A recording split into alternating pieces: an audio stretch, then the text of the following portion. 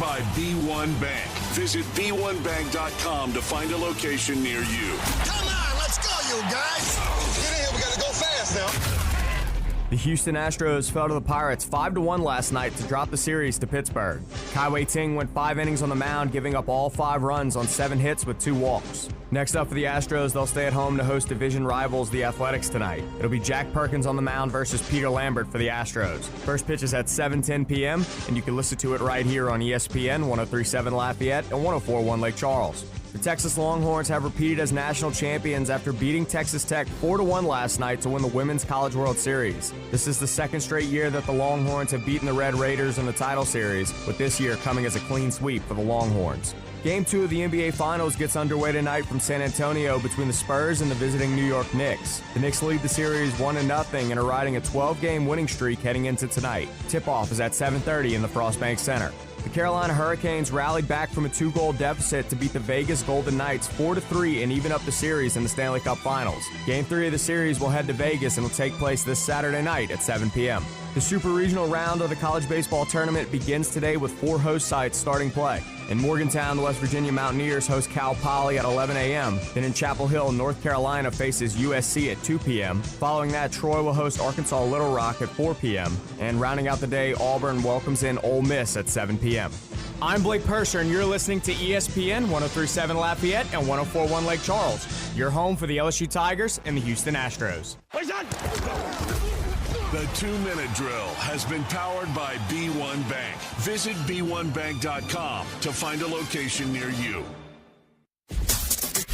Dawson Iserloh prides himself on taking a deep dive to uncover all the relevant data about the sports and sports teams he loves. And now he's sharing all those facts inside his big brain with all of you. Here is the LohDown with D-Loh on ESPN 103.7 Lafayette and 104.1 Lake Charles, Southwest Louisiana's sports station. It is the LohDown, hour number 1 of 2 here on a Friday. Gets rolling along. ESPN 103.7 in Lafayette, 104.1 in Lake Charles, anywhere you are. Of course, with our ESPN Southwest Louisiana mobile app, and now live on our ESPN_SWLA YouTube channel as well. Busy Friday because of a lot of stuff going on tonight and into the weekend. It's obviously super regional weekend for college baseball. I'm, of course, going to be locked into all of that stuff. We get NBA Finals Game 2 tonight, which should be a lot of fun. Knicks and Spurs. Can the Knicks take a commanding 2-0 series lead? Can the Spurs even this thing up? Feels like a must-win early in the series for San Antonio. I don't know. Maybe not must-win. Feels like a very important game for them. They're not out of it down 2-0, but down 2-0 going back to MSG is not exactly the scenario you want to get yourself into. So we'll talk about that for sure. We'll talk college baseball supers. We have a new softball champion, Texas over Texas Tech again last night. We'll at least hit on that a little bit. You got the Memorial Tournament going on, Jack's tournament on the PGA Tour, which has had some interesting storylines. It is a signature event. So a lot of stuff going around right now. Also had the reveal for the college football 27 video game last night, as with Madden. That was pretty exciting, at least for me. Not sure how much we'll talk about that on the show, but current events in the happenings in the world of sports. The transfer portal's open for college baseball, so teams that are out of it, more so than teams that are still in it, are getting active in there, adding players, a bunch of junior college transfers. We have a couple additions to the Cajuns roster already. We have a couple additions to LSU's roster already. I mentioned yesterday, didn't think LSU fans were going to have to wait too much longer to get a couple announcements on players they were adding, and that is now the case. They get a pretty important one here today. Former Sun Belt competitor who's got an interesting set of resume points, I guess, and we'll at least address that at some point today as well.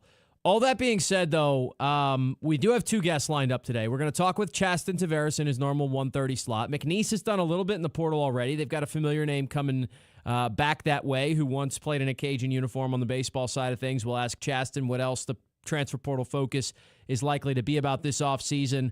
We'll maybe do a little offseason college baseball talk, and then, of course, we'll hit on his Boston Red Sox, give a little update on our MLB thoughts as we do. It'll be a casual conversation there with Chaston with not a whole lot of, there's no real McNeese stuff to talk about as far as games on the field now that the academic year has closed, and the baseball and softball teams are both done. So we'll do that at 1:30. Then in the second hour, excited to have a little bit of a different conversation. Zach LaFleur will join us. I mentioned this earlier this week on the show.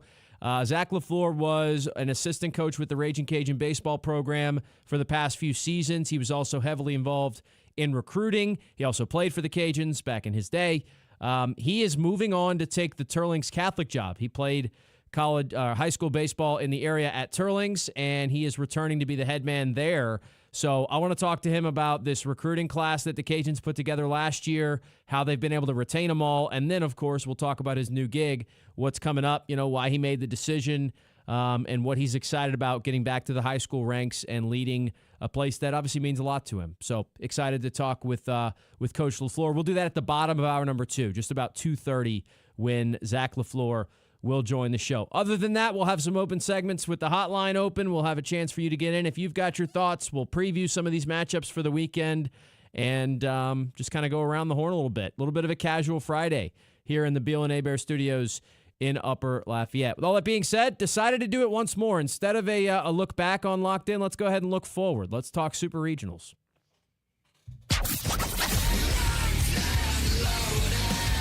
D-Loh is the kind of guy that stays locked in. On what? Well, that depends on the night. But you can guarantee there was some sporting event that he found interesting. It's time to find out what D-Loh was locked in on the LohDown.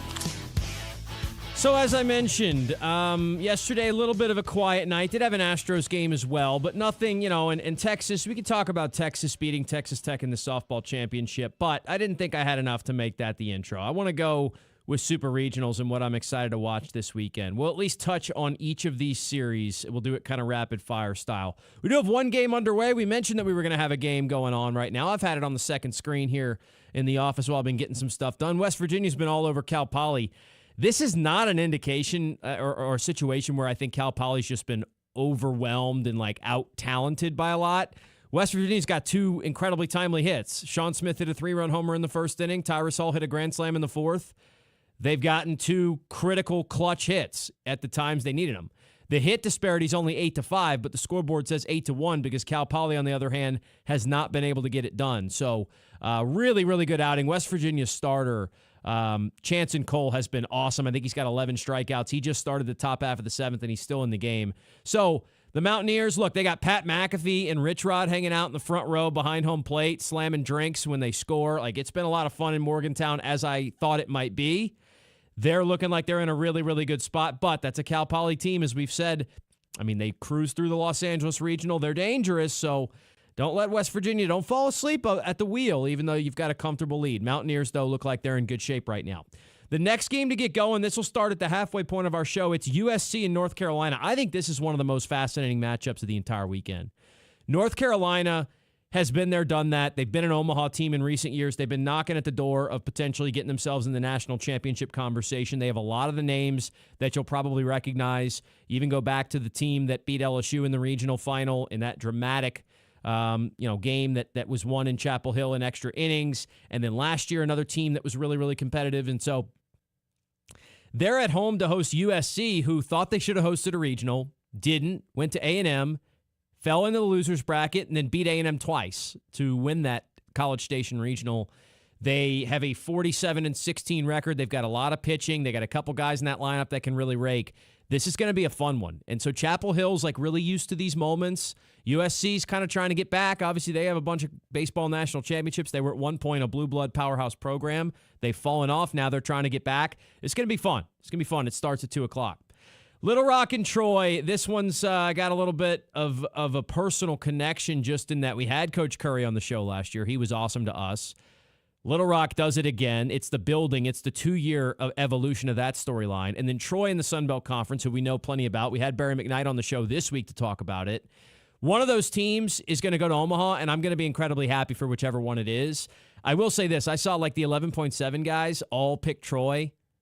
Don't sleep on this Little Rock team, man. We've slept on them enough that we should be over that part already.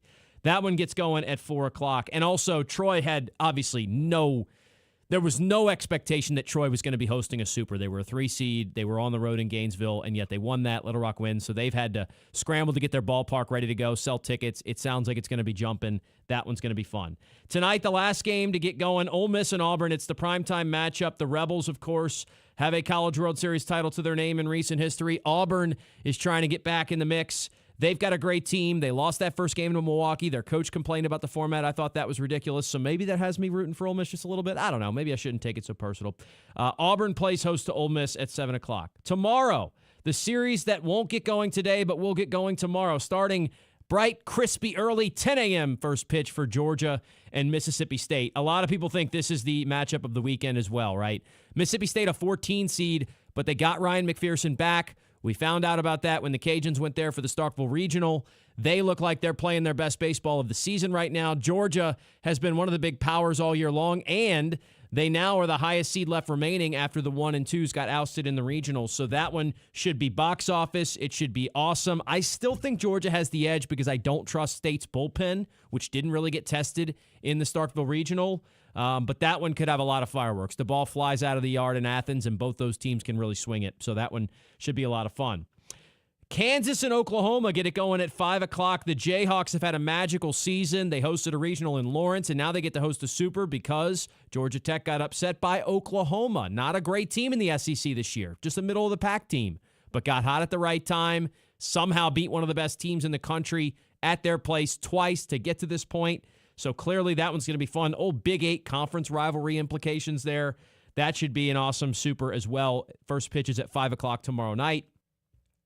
Oregon and Texas. I mentioned the other two candidates for like regional, just like high-powered. So whether it's UNC, USC, Mississippi State, Georgia, the other option is Texas and Oregon. It's a 6-seeded Texas team that cruised through the Austin Regional, has a lot of power in the lineup, has some really good power arms that are going to pitch in the big leagues. And then an Oregon team, quietly out on the West Coast, right? Second fiddle in the Big Ten this year to UCLA, but just kind of dominated everyone else they played. They got, they had some testing in their regional. You thought maybe Oregon State could do it to them, but they couldn't. The Ducks cruised through Eugene. They have a 43-16 record, so that one could also be a primetime showdown. I think ESPN sent their main crew to that Super with like Kyle Peterson and Carl Ravitch and the guys that are going to call a lot of the College World Series games. And then last but not least, St. John's against Alabama. I'm rooting for the Johnnies to pull off the upset here. Alabama's the 7 seed, 40-19. Really, really good season. Justin LeBron is one of the best MLB prospects, although he hasn't had quite as good a year as he had a year ago. But he's still really, really good. They've got some pitchers. Brady Neal, the former LSU Tiger, had the heroics with the 3-run homer in the regionals that got him to this point. And St. John's went through Tallahassee. I don't know how they're going to react against this Bama team. Like, St. John's was really good in Tally, but Florida State gave them a lot of stuff. And, I was obviously watching that one with a little bit more of a close eye because of my Florida State ties. But I felt like FSU gave them a lot and wasn't playing particularly well. So I do wonder if St. John's is going to get a little bit overwhelmed. I actually think of all the matchups, the biggest chance for it to be super lopsided is in Tuscaloosa. I think there's a real shot that Alabama just kind of cruises there. Even this Cal Poly team, I know they're getting housed by West Virginia right now. I still think there's a shot Cal Poly comes back tomorrow and really gives the Mountaineers a scare. I'm not sure St. John's can do that, but they've got this dude Agresti in the middle of the lineup who's awesome. They have a couple arms that really stepped up and pitched better than maybe they even were expected to against Florida State. And in that whole regional, they had to beat Northern Illinois as well. So we'll see what that ends up looking like. Alabama and St. John's gets going tomorrow at 8 o'clock. So there you go. A nugget or two on every one of these super regional matchups. By the way, as I said, Cal Poly, I thought they could still be feisty. They have put up another run in the 7th inning, so they are still trailing by a bunch, but it's now 8-2. So the Mustangs are not going down without a fight. Some news in the NASCAR world before we hit our first break. Ned Jarrett passed away. NASCAR Hall of Famer, 93 years old. I will. The 4-tire change pod's been certainly a lot less frequent uploads this year. It's just been kind of a product of the way that we've decided to do things with the YouTube channel. But we're going to get back to that next week. And it's been obviously a really rough time for NASCAR after the passing of Kyle Busch. Ned Jarrett was 93, lived a full life. It's not necessarily the same situation as Kyle, but did want to at least acknowledge that. Did a lot for the sport of NASCAR. Did a lot on the broadcasting side as well. Just had a really, really incredible NASCAR career and was a factor in the sport for a long time. His son, Dale Jarrett, who was my favorite driver, my dad's favorite driver growing up, was also a very, very good NASCAR driver. They called him Gentleman Ned Jarrett. He passed away today at the age of 93. All right, we'll take a time out. We've got plenty more to get to. Let's preview Game 2 of the NBA Finals when we return. Slow down. This is the LohDown with D-Loh, live on ESPN 1037 Lafayette and 1041 Lake Charles, Southwest Louisiana's sports station. Delta Media Corp is hiring immediately for a media account executive, and this could be the opportunity you've been waiting for. It's a fast-paced radio, television, and digital media market right now, and our company's looking for a confident people person who's able to build relationships with local businesses and help them grow. This is perfect if you're looking for a new start, a new challenge with unlimited earning potential. We do prefer sales experience, but it's not required. We'll teach, train, and support the right candidate. What matters most is confidence, communication skills, personality, and the ability to connect with people. We'd love to talk to you. Email our general manager, John at Cochran, if you're interested. The email address, JCOCHRAN, that's Jay Cochran, at deltamediacorp.com. Delta Media Corp is an equal opportunity employer. Hello, everyone. This is Jeff Palermo. Join us on Tuesday nights for Tiger Rag Radio. Myself, Todd Horn, and Glenn Gilbo give you the latest happenings in Tiger Town and across the SEC. We talk to coaches, analysts, and those in the know when it comes to the Tigers and the Southeastern Conference. We cover all the sports: football, baseball, basketball, softball, and gymnastics. That's Tuesday nights right here on ESPN 1037 in Lafayette and 1041 in Lake Charles, Southwest Louisiana's sports station. Imagine building your dream backyard pool without ever leaving your couch. With Duplessis Builders, you can go shop our in-ground gunite pool packages online, start to finish. Browse our pool designs, compare features, see exactly what's included, and choose the package that fits your style and budget. Once you purchase, our team takes over. From permit and excavation to gunite decking and final startup, you click, we build, you swim. Your backyard upgrade is just a few clicks away. Visit duplessisbuilders.net and buy your pool online today. Your Honor, I would like to introduce exhibit number 1. MeTV is America's #1 classic television network. There can only be one number one, me. MeTV features over 60 of the greatest classic TV series each week. Go with the winner. Enjoy dramas, comedies, westerns, sci-fi, and more. You just watch me. Watch MeTV Acadiana on KLWB, over the air on Channel 50.1. Check your local cable listings for the channel in your area. MeTV is memorable entertainment television. We are the soldiers of the Louisiana Army National Guard. We are your neighbors. We are your sons and daughters. While we serve part-time, we are learning valuable life and job skills. We are earning money for college, for trade and technical schools, and for certifications. We are proud to serve both our country and our home state. We are your Louisiana Army National Guard. Sponsored by the Louisiana Army National Guard. Aired by the Louisiana Association of Broadcasters and this station. We are Lions International, the world's largest service organization. We are volunteers committed to strengthening our communities and supporting those in need, one act of kindness at a time. For more than a century, Lions have been serving a world in need, right here in our community and around the world. Lions International makes the impossible possible. This is your invitation to join us, because the only thing missing from our mission to make a difference is you. Visit lionsclubs.org to find a local Lions Club near you. Do you know a veteran in need? Nation's Finest, through the VA's Supportive Services for Veteran Families program, helps veterans and their families struggling with rent, employment, and other housing-related costs. Today, Nation's Finest operates more than 30 locations in California, Arizona, and Nevada, helping thousands of veterans every year. Visit nationsfinest.org or call 1-833-468-9676. That's 1-833-468-9676. Do yourself a favor and download the free ESPN Southwest Louisiana mobile app, powered by Moss Motors BMW, for your Android or Apple devices. Download the app by searching ESPN 1037 Lafayette or ESPN 1041 Lake Charles. It's just that easy to take Southwest Louisiana's sports station with you wherever you go. All right, so we get game 2 of the NBA Finals tonight, and I am really interested to see. We get another game, obviously still in San Antonio. They'll flip the series to New York for games 3 and 4, and we do have the whole weekend off, by the way, because I was sitting there, I was like, wait a minute. I know I did the math the other day on, which days had 1 day off and which days had 2 days off. So it is 2 days for them to travel the first couple times. So this will actually work well. Like, we get to preview tonight's game, and there'll only be one game when we come back on Monday. So we can kind of talk about Monday's game as a preview, and then we'll still be able to look back at tonight's game. Anyway, that's for show purposes. The things I'm looking for tonight, right? You're talking about a Knicks team that won this game 105-95. By the way, remember my request? I made this request in front of James a couple weeks ago. I said I wanted one more game in this NBA postseason to have neither team reach 100. That was like my big-time request. Can we get a 95-92 final score somewhere in there? We did not get that in any of the conference finals games. We came pretty close. We had the Knicks just barely get to 100 in one of their wins, 109. Well, 109. They had 9 points over 100. 109-93. And then we got even closer than that when the Spurs beat the Thunder 103-82 in Game 4. Got close again in Game 1 of the NBA Finals, as I just mentioned, with the 105-95 game. I'm still hopeful that we can get an old-school Jordan-era Bulls teams 89-86 final here. Just something real sluggish and just everybody's beating each other up. They're not calling fouls. I don't know if I'm going to get that wish, but anyway, I'm still looking for that.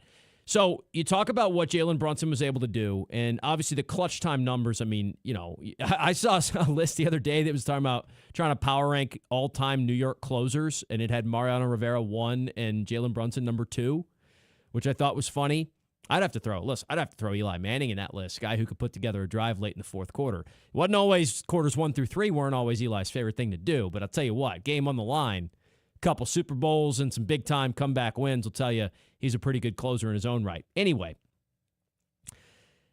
if the Knicks can find a way to continue to frustrate Wembanyama the way they did in Game 1, then they've got a great shot to go up 2-0. It feels like every time we've seen a team have a really good plan and approach against Wemby in these playoffs, right? And Oklahoma City did it a few times. He's had the response. He's rarely had 2 sluggish games in a row in these playoffs. As I mentioned, though, and I wonder, like, one of my biggest things to watch going into Game 1 was, does the fatigue show up? Wembanyama has not played this type of minutes throughout the regular season. Now we're going on, you know, we're starting to hit near like the 20-game threshold of playoff games played, and he's starting to play more and more minutes throughout them. Is that going to show up? It seemingly showed up a little bit in Game 1, right? There were some times where it felt like maybe he was just worn out. He's had a day. Not a ton of time, but he's had a day to kind of regather himself a little bit. But also, as we mentioned before, he's got to get more from the guys around him. Like, De'Aaron Fox can't shoot 3 of 13 and miss every 3 he takes. Vassell and Castle can't combine to go 2 of 11 from 3. There does need to be some help. And Champagnie was good in the first game. They're going to need more guys to play the way he played. And Dylan Harper was good as well, which Dylan Harper's so fun to watch. By the way, have we stopped and revisited like how that Rutgers team didn't make the NCAA tournament? Like, at least when the LSU team missed the tournament with Ben Simmons, it was like, yeah, well, Simmons was kind of all over the place and they were a mess, and so you get it. This Rutgers team that had not 1 but 2 top 5 NBA draft picks on their roster, and like watching what Dylan Harper's doing now, kind of hard to imagine that they didn't get anything done in the Big Ten, but they didn't. So that's unfortunate. If you're a Rutgers basketball fan, which I don't know if we have many of those listening to the show, you certainly got to be frustrated. Anyway, neither here nor there.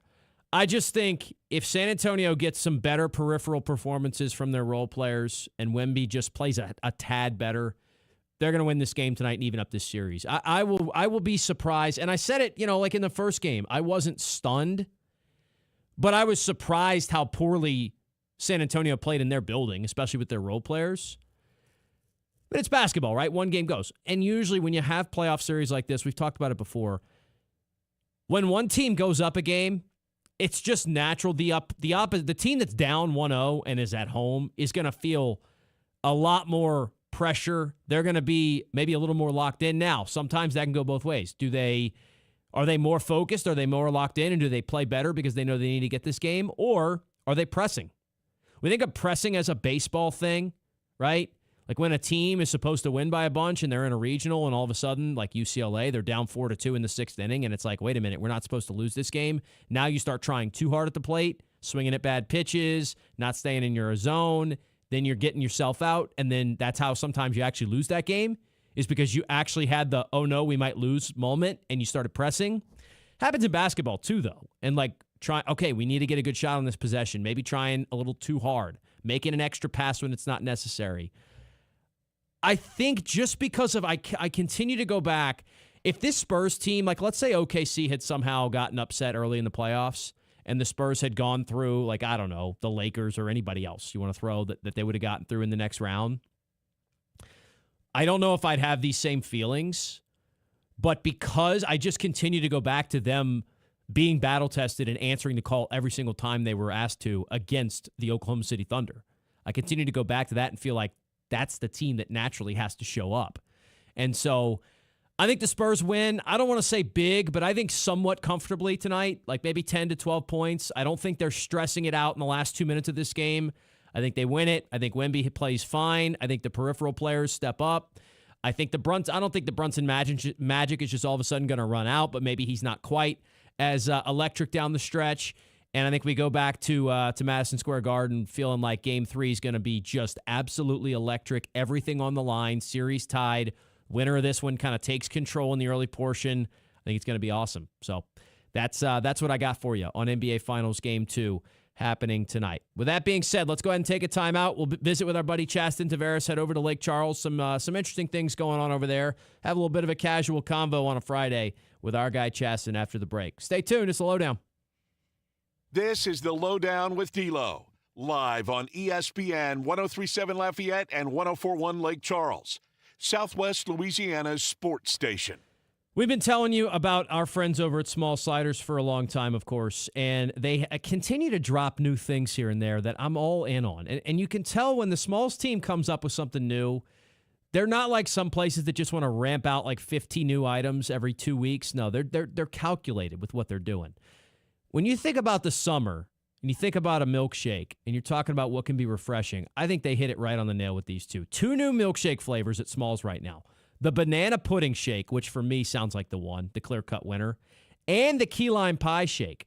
Now, key lime pie for me is a little hit or miss, but I will say if I'm going to enjoy it, when it gets a little hotter, sometimes maybe that rich dessert that you eat in the fall and the winter, it's a little too heavy, a little key lime pie, kind of light, kind of different, a little citrusy, shake things up a little bit. I'm in on that. So the key lime pie shake and the banana pudding shake are available for a limited time only at Smalls, of course, Bertrand Drive, Ambassador Caffrey. You can get it alongside all your Smalls favorites. They brought us lunch yesterday. Shout out to them for that. I know James enjoyed it. They're traditional sliders. I told you what I like about their fries, too, is in addition to just being excellent right out the fryer when they're fresh, when you get them, they last a little longer, too. You can use their party trays, and those things will stay good a little bit. They're very easy to reheat as well. If you have some leftovers, I've had it. Toss them in the air fryer. They're back and good as new. So check out Small Sliders this weekend. Tell them D-Loh sent you. Really does mean a lot. Should be a great time. Great new shake flavors along with everything else they do. That's Small Sliders of Lafayette. This game isn't fun. This game is a war. It's time for the 2-minute drill. Hurry it up, hurry it up, hurry it up. Powered by B1 Bank. Visit B1Bank.com to find a location near you. Come on, let's go, you guys. Get in here, we gotta go fast now. The Houston Astros fell to the Pirates 5-1 last night to drop the series to Pittsburgh. Kai Ting went 5 innings on the mound, giving up all 5 runs on 7 hits with 2 walks. Next up for the Astros, they'll stay at home to host division rivals, the Athletics, tonight. It'll be Jack Perkins on the mound versus Peter Lambert for the Astros. First pitch is at 7:10 p.m., and you can listen to it right here on ESPN 103.7 Lafayette and 104.1 Lake Charles. The Texas Longhorns have repeated as national champions after beating Texas Tech 4-1 last night to win the Women's College World Series. This is the second straight year that the Longhorns have beaten the Red Raiders in the title series, with this year coming as a clean sweep for the Longhorns. Game 2 of the NBA Finals gets underway tonight from San Antonio between the Spurs and the visiting New York Knicks. The Knicks lead the series 1-0 and are riding a 12-game winning streak heading into tonight. Tip-off is at 7:30 in the Frostbank Center. The Carolina Hurricanes rallied back from a 2-goal deficit to beat the Vegas Golden Knights 4-3 and even up the series in the Stanley Cup Finals. Game 3 of the series will head to Vegas and will take place this Saturday night at 7 p.m. The Super Regional round of the college baseball tournament begins today with 4 host sites starting play. In Morgantown, the West Virginia Mountaineers host Cal Poly at 11 a.m. Then in Chapel Hill, North Carolina faces USC at 2 p.m. Following that, Troy will host Arkansas Little Rock at 4 p.m. And rounding out the day, Auburn welcomes in Ole Miss at 7 p.m. I'm Blake Persher, and you're listening to ESPN 103.7 Lafayette and 104.1 Lake Charles, your home for the LSU Tigers and the Houston Astros. The 2-minute drill has been powered by B1 Bank. Visit b1bank.com to find a location near you. ESPN 103.7 Lafayette and 104.1 Lake Charles is the proud winner of 4 2026 LAB Prestige Awards, including Best Use of Digital Media, Foot's Friday Fury, Best Live On-Site Remote for our Super Bowl Radio Row coverage, Best Promotion for our No Shave November initiative, and Radio Young Professional of the Year for Dawson Iserloh. We're proud of being Southwest Louisiana's sports station and are humbled to be recognized by the Louisiana Association of Broadcasters. Attention first responders, police officers, firefighters, military and former military personnel. If you have an acre or more of grass to cut, Skag Zero-Turn Mowers would like to thank you by offering you a special discount with their Simply the Brave First Responders program. Save big money on the industry's top-rated zero-turn mower at Nolan's Lawnmower in Carencro. Nolan's can offer well-qualified buyers 0% financing for 48 months. Come by Nolan's Lawnmower at 3547 Northwest Evangeline Thruway and check out the full line of Skag Zero-Turn Lawnmowers. Oh, look who's here. Everybody Loves Raymond is on MeTV. Who told you that? Raymond! America's #1 classic TV network. Nothing even comes close. Enjoy 2 back-to-back episodes every weeknight. We're doing it twice. Watch Everybody Loves Raymond. Yeah, it's all about you, Raymond. Weeknights starting at 8 on MeTV. Watch Meet TV Acadiana on KLWB, over the air on channel 50.1. Check your local cable listings for the channel in your area. We are the soldiers of the Louisiana Army National Guard. We are your neighbors. We are your sons and daughters. While we serve part-time, we are learning valuable life and job skills. We are earning money for college, for trade and technical schools, and for certifications. We are proud to serve both our country and our home state. We are your Louisiana Army National Guard. Sponsored by the Louisiana Army National Guard. Aired by the Louisiana Association of Broadcasters and this station. What is dementia? Is it the same as Alzheimer's? What is vascular dementia, Lewy body, FTD, TBI, and CTE? If someone has memory loss, does that mean they have dementia? Millions of Americans ask these questions every day. I did too, and I learned. My wife Ginny developed dementia. I didn't know what to do or what was coming next. I'm Kevin Jameson, volunteer and president of the Dementia Society of America. I'm excited to offer you a free guide to understanding dementia. It's filled with facts about dementia, care planning, how doctors can help, and ways to keep your brain as healthy as possible. The Dementia Society of America is a national nonprofit, and we're ready to answer your questions. You want to live life to the fullest. I know that. Ginny did too, and I'm confident that we can help. Get your copy of the guide. Go to 1-800-DEMENTIA.org or call 1-800-DEMENTIA. Thank you.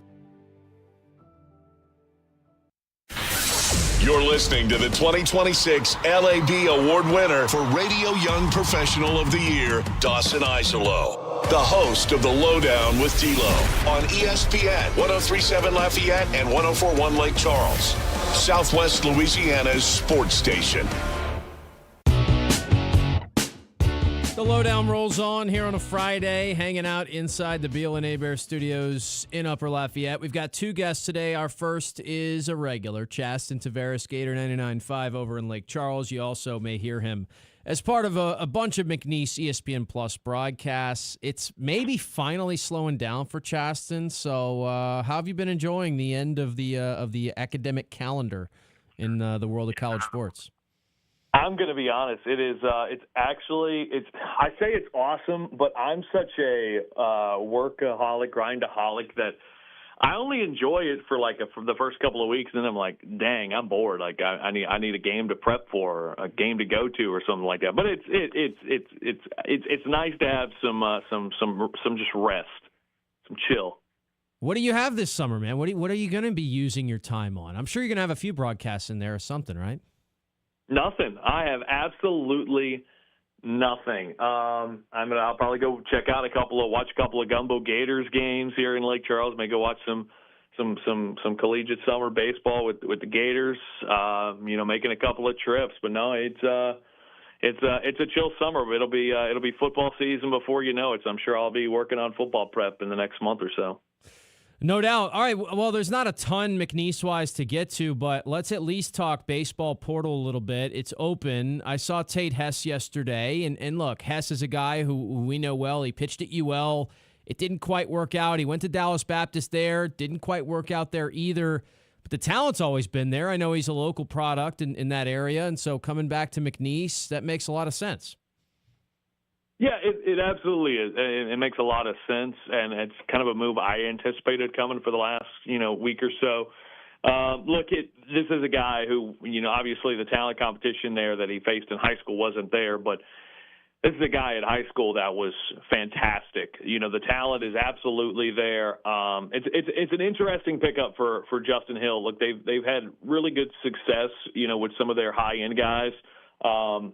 With Peyton McLemore, the pitching coach, and they've done some good stuff with different guys throughout the years, and he kind of fits the mold of a Cooper Golden. Maybe the fastball doesn't get up as high as Cooper Golden does, but kind of a similar style pitcher. So it's going to be interesting to see what he's able to do.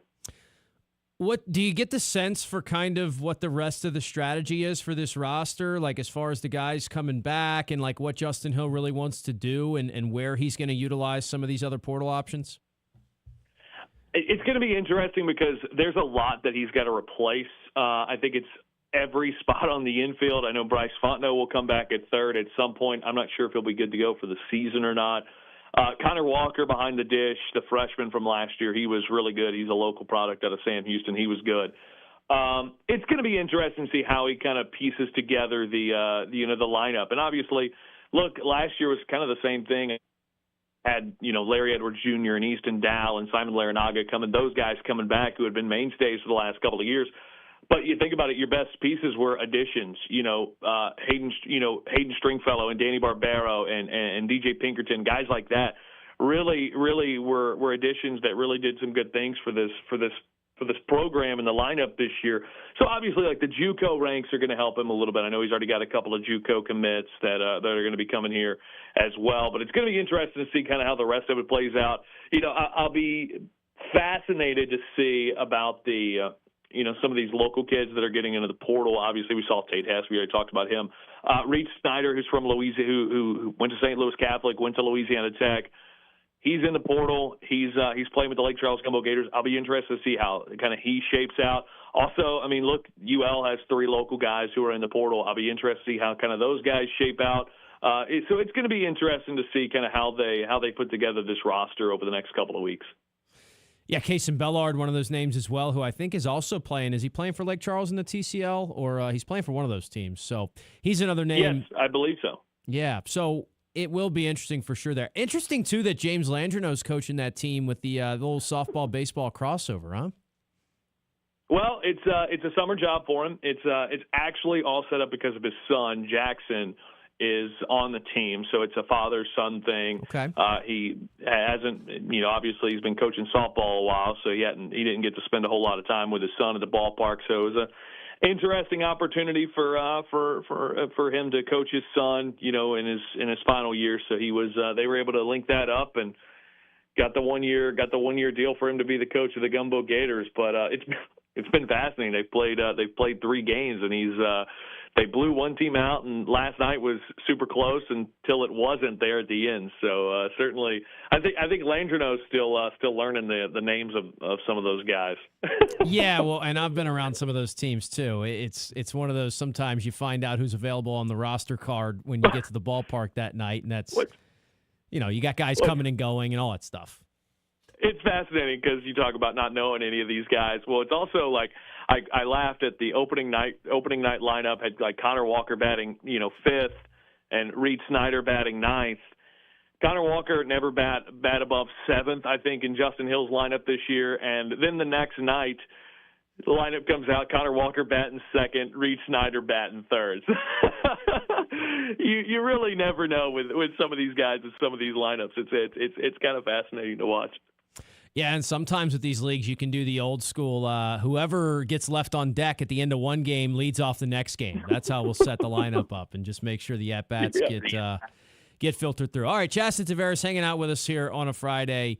Man, well, we're looking way ahead with this stuff, but what do you think about where McNeese football's at, where the spring ended up, and like into these summer workout sessions, and what the fall's going to look like? Whew, it's a little ways away. Give me your big picture kind of storylines you're looking at. It is.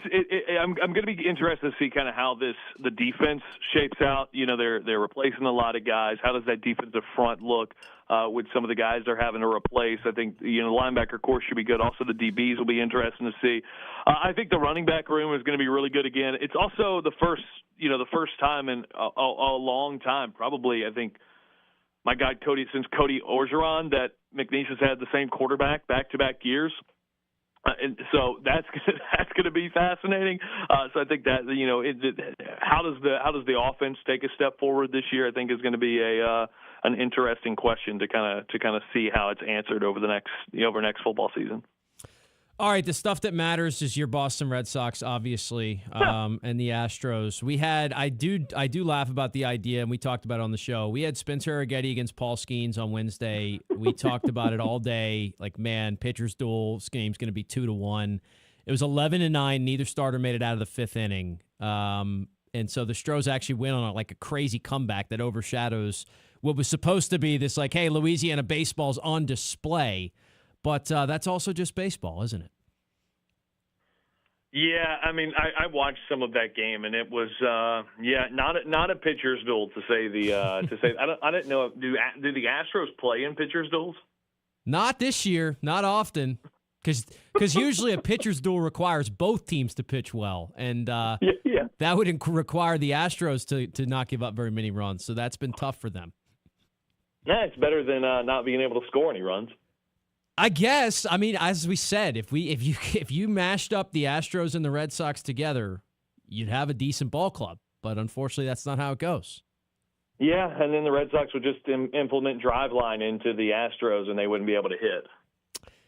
How is that going over there, man? That seems like an interesting balance of power right now.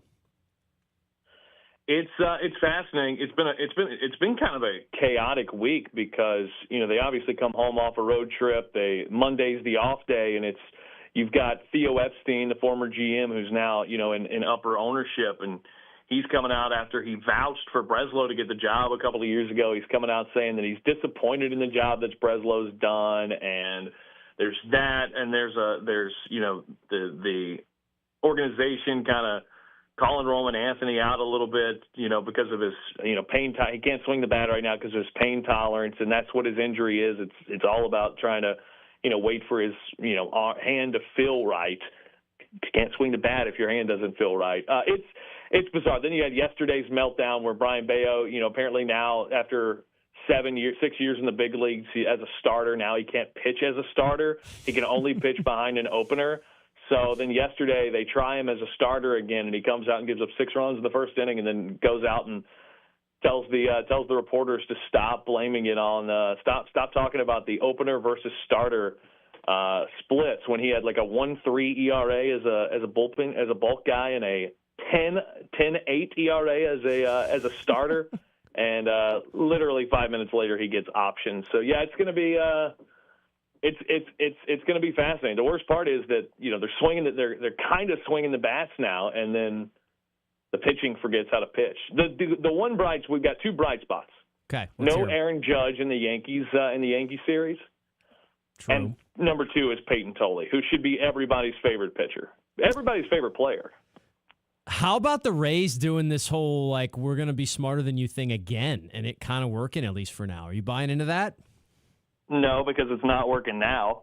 Well, I mean, they're struggling now. It's worked to this point. They've been bad over the last 10 games or so. Which yes. Baseball, that's just baseball for you, though. It's interesting because they don't hit the ball hard, which is not recipe for success, and they hit the ball very lightly because they bunt all the time, and yet they just win a bunch. So it doesn't make a whole lot of sense, but I guess that's just them throwing it in the baseball god's face, I guess, or the analytic nerd's face, I guess. It's Kevin Cash, and I would give everything I had if Kevin Cash could manage my ball club. What I also love is that they have, obviously, like, their ballpark's been made fun of forever, and they were, playing in while it was getting fixed, and they get the Trot back, and they're like the best. They are literally the best team in baseball at home this year. It's like, all we needed was our home field advantage, our incredible ballpark. Best team in baseball with the worst ballpark in the league, I guess. But it's theirs, It's like that thing. It's just, it may be ugly, but it's mine. So the Rays are taking that to heart. I guess. So, yeah, they're the Red Sox, but hey, they're my Red Sox. That is the truth. All right, we'll close it with this, Chaston. The poll question of the day today, this is an important one. And I mean, you're a guy who values fitness. You've had a great fitness journey. You've chronicled it on socials throughout your life. But what's your favorite kind of donut filling when you're going to the cheat day? What's that look like for you? You a Bavarian cream guy? Jelly filled? I'm gonna have to go when I indulge. I'll take a Bavarian cream. I'm with you on that. Now I'll tell you what. The other thing that I've really discovered recently is this cronut situation, which I don't know. I'm sure I've had them down the line, but like recently, and there's an establishment around here that's got one. This like croissant layered donut thing. It's unbelievable. I'm intrigued. I'm telling you, if you're in this area, let me know. I'll send you the spot. But I think they have them everywhere. I think it's one of those trendy things. All of a sudden, everybody's got them. Like this dirty soda deal. I guess the Mormons made that popular. It's like, let's take a drink with 80 grams of sugar and add 30 more. That's fun. Anyway. I haven't jumped on the dirty soda, but I've got a coworker that does. I'm out. I'm not. Well, for me, it's it's more of a health thing. But anyway, that was a great conversation, Chas. And as I said, we had really no limits, no boundaries, so we bounced all over the place. I think that was productive. Yeah, you texted me asking if I had anything to talk about. I have absolutely nothing going on, but I'm always down to talk ball. Perfect. All right, man. Enjoy the weekend. Yeah, you guys have a good one. It's our guy, Chaston Tavares, talking everything from soda to bad baseball teams and everything in between. All right, we'll take a timeout. We'll close out the first hour. We'll keep you up to date. By the time we come back, there's a chance this West Virginia-Cal Poly game will be over, although there'll probably be a couple outs left to get in the ninth inning. Regardless, though, we'll give you the latest on that. We'll take a look at the leaderboard over at Jack's tournament and get you set up for hour number 2. It's LohDown. This is the LohDown with D-Loh, live on ESPN 103.7 Lafayette and 104.1 Lake Charles, Southwest Louisiana's sports station. Here at ESPN Southwest Louisiana Sports Station, we know you can't get enough sports in your life, so go ahead, subscribe to our YouTube channel, ESPN Southwest Louisiana. Turn the bell on so you get notifications whenever new content comes up, whether it's one of our podcasts, original shorts, like Foot's Friday Fury, which has a new episode up right now. I say episode, new short up right now. And the biggest and best news of all of our local shows are streaming live on YouTube every single day. And here's another thing that I haven't been necessarily stressing about the YouTube channel and the live streams that we need to. They're also archived right then and there. Right when the show ends, it starts uploading. Sometimes there's a little delay while it processes, but you can watch it. If you missed the show live and you want to go back, oh man, D-Loh had an interview, wanted to hear what Kevin Foote had to say on D-Loh's show. Just run right back through it. It's all in there. You can sort it. You can sort through. There's transcripts to help you out if you're trying to find the spot that you're looking for. So it's another easy way to get through it. Obviously, all of our shows are still archived on our Audio Mac platform if you're familiar with that. But sometimes it might be even easier for you to get to it on the YouTube channel. So go ahead, subscribe to ESPN_SWLA on YouTube today. ESPN 103.7 Lafayette and 104.1 Lake Charles is your home for the Houston Astros. And the Astros stun the Mariners. Hunter Brown, Yordan Alvarez, and the rest of the Astros are looking to get back to the postseason. You can listen to every pitch, hit, and thrilling victory of the Houston Astros. Incredible! As Robert Ford and Steve Sparks will be on the call. Tune in this season for live Astros baseball on Southwest Louisiana's sports station. Are you looking for an eye expert? Well, visit Acadiana Optics in Broussard, locally owned, founded, and operated by Broussard native Dr. Lindsay Dugas. From comprehensive eye exams for glasses and contacts to diabetic exams, pediatric eye care, emergency eye care, cataract and LASIK evaluations, Acadiana Optics provides family eye care for all vision needs. Enjoy state-of-the-art technology, designer frame selections, prescription Maui Jim sunglasses, and custom glasses and contacts. Acadiana Optics in Broussard. Call today to schedule your appointment. Acadiana area businesses, is it time to make an impact? Time for more traffic, more engagement, time for more customers? Then it's time to make a splash with Bass. Bass is now offering digital marketing, indoor and outdoor digital signage, billboards, and video production to help you reach more customers and close more business. For over 30 years, Bass has helped our customers tell their story. Bass Companies. Remember, a business without a sign is a sign of no business. Advertise with Bass. Find us around Acadiana or at bassltd.com. Attention first responders, police officers, firefighters, military and former military personnel. If you have an acre or more of grass to cut, Skag zero-turn mowers would like to thank you by offering you a special discount with their Simply the Brave First Responders program. Save big money on the industry's top-rated zero-turn mower at Nolan's Lawnmower in Carencro. Nolan's can offer well-qualified buyers 0% financing for 48 months. Come by Nolan's Lawnmower at 3547 Northwest Evangeline Thruway and check out the full line of Skag zero-turn lawnmowers.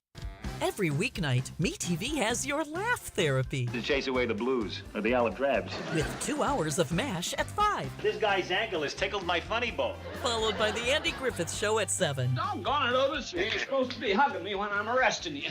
But he likes you, Bard. Weeknights on MeTV. Watch MeTV Acadiana on KLWB, over the air on channel 50.1. Check your local cable listings for the channel in your area. Hi, I'm Nancy Landry. No matter what part of our great state you call home, Louisiana's elections are an important part of who we are. In 2026, closed party primaries will change how some of those elections happen, so you'll want to know what to do. Keeping your registration current ensures you'll get the right party-based ballot. Remember, this change only applies to certain offices. To learn more, visit govote.com or download the GoVote app. Paid for by the Louisiana Secretary of State's office.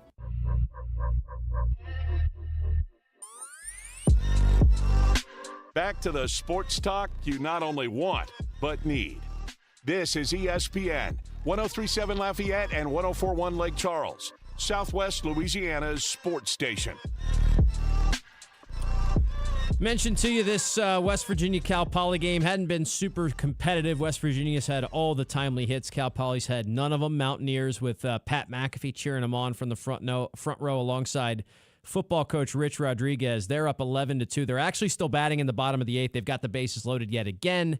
So this one is going to be all but a formality to get it finished. And as we said before, we've got another game, UNC and USC, starting at 2 o'clock. So that one will be rolling along throughout our second hour. But looks like the Mountaineers are about to put the finishing touches on a Game 1 win, and perhaps they'll have a little more insurance to do so before they head to the 9th inning. Over at the Memorial Tournament on the PGA Tour, which we alluded to earlier today, Ryan Gerard fires a 3-under round of 69. He gets to 8 under for the event. He is tied for the lead with JT Poston, who has all of a sudden surged up. Poston 6 under through 13 today. He's still got some holes to go to try and post a leading score. Sam Burns, LSU Tiger, representing, just made an eagle at the 7th. He's 6 under for the tourney, 3 under today. So he's only 2 shots back in solo 3rd. The group tied for 4th has Wyndham Clark and Tommy Fleetwood. Shane Lowry, J.J. Spawn tied for 6th. And the top 10 rounded out by a tie for 8th between Eric Cole, Justin Rose, and Rory McIlroy. McIlroy just got going in his second round, and he's off to a hot start. If you missed it yesterday, some of the headlines of this event were Scotty Scheffler and his caddy, Ted Scott, Lafayette guy, right? Friend of the program. Kind of having a little fire back and forth between them. Not too happy with Scotty with some of the communication or maybe lack thereof. And for a while there, Scheffler was looking like he was going to miss the cut today. And then he went 2 under on the back, including 3 birdies in his last 6 holes to comfortably put himself inside that cut line. He's tied for 23rd, +1 for the tournament, shot even par today. So he will play the weekend, but has not been, man, I mean, and that's how golf is. We said this before. I said it again when Scotty was coming around. Now, I did allude to the fact that, like, it was different what Scotty was doing versus, like, the run that Jordan Spieth had and even the run Rory had because he had done it and sustained it for multiple years. But just like that, one thing kind of doesn't click with the swing, and you're competing for 30th place for, like, 3 straight months. And that's what feels like is going on for Scheffler right now. We'll see if he's able to come out of this sooner rather than later. Cut lines at +4, probably going to get to +5. We'll see. There's a lot of big-time names right near that line. Robert McIntyre is at 7. Batia's at 5. Spieth and Thomas are at 4. So those guys are going to be trying to make sure that the rest of their days get in smoothly so that they can make sure to play the weekend. Ricky Fowler's not going to make the weekend. He's fighting up against it right now, our guy, struggling along. Hopefully he gets things figured out by the U.S. Open time, which, by the way, you get the RBC Canadian next week and then the U.S. Open the week after. I mean, we are not that far away. We are 2 weeks away from the U.S. Open at Shinnecock, June 18th through the 21st, so I can't wait for that. It's going to be a lot of fun. Last time the U.S. Open was at Shinnecock, it was just pure carnage. That course just ate everybody alive.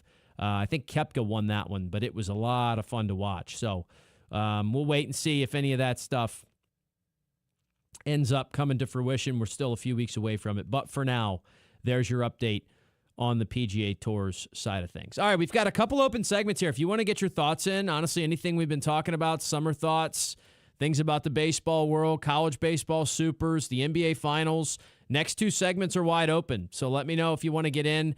ESPN hotline 337-706-0111.